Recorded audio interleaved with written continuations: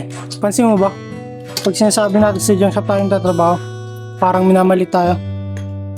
Hayaan mo sila. Hindi naman nila alam ng buong kwento. Minsan nga naiiya akong sabihin kung saan akong tatrabaho. Ba't ka maiiyak? Marangal naman ang trabaho natin ah. Oo nga, pero iba pa rin pag ginusgahan kang tao. Sanayan lang yung pare. Naalala mo dati, sabi nila, wala raw tayong mararating dahil sa junk shop. Oo nga eh. Sabi pa nga nila eh, habang buhay daw tayo mangangalakal ng bakal at bote.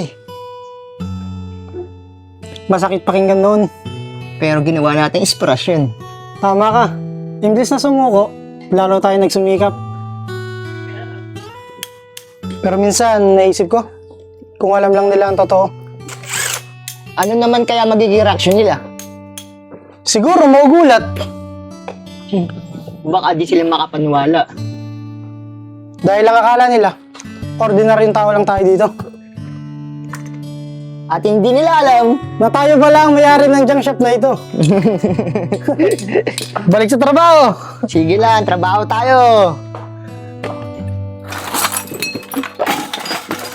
Naalala mo nung nagsimula tayo? Oo, isang timbangan lang at maliit na pwesto.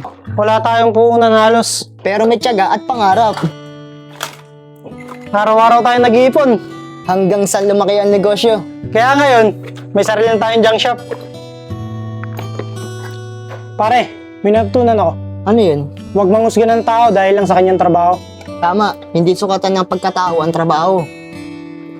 Ang importante, marangal ang pinagkakakitaan.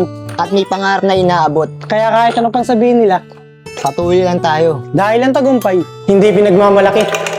Pinagtatrabahuan.